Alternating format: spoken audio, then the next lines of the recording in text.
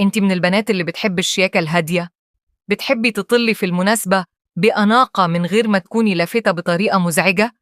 يبقى لازم تشوفي موديلات فساتين سواريه تركية للمحجبات اللي جمعت لك النهاردة. الفساتين دي مش أي موديلات، دي اختيارات معمولة بعناية علشان انتي اللي بتفهمي في الذوق وبتحبي تظهري بشكل راقٍ يناسب شخصيتك الهادية والمميزة.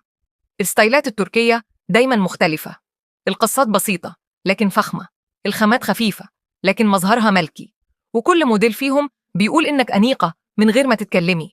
فساتين السهرة الطويلة دي هتخليكي مرتاحة في كل خطوة، واثقة في كل لحظة، وجاهزة تسيبي بصمة في كل مناسبة تحضريها.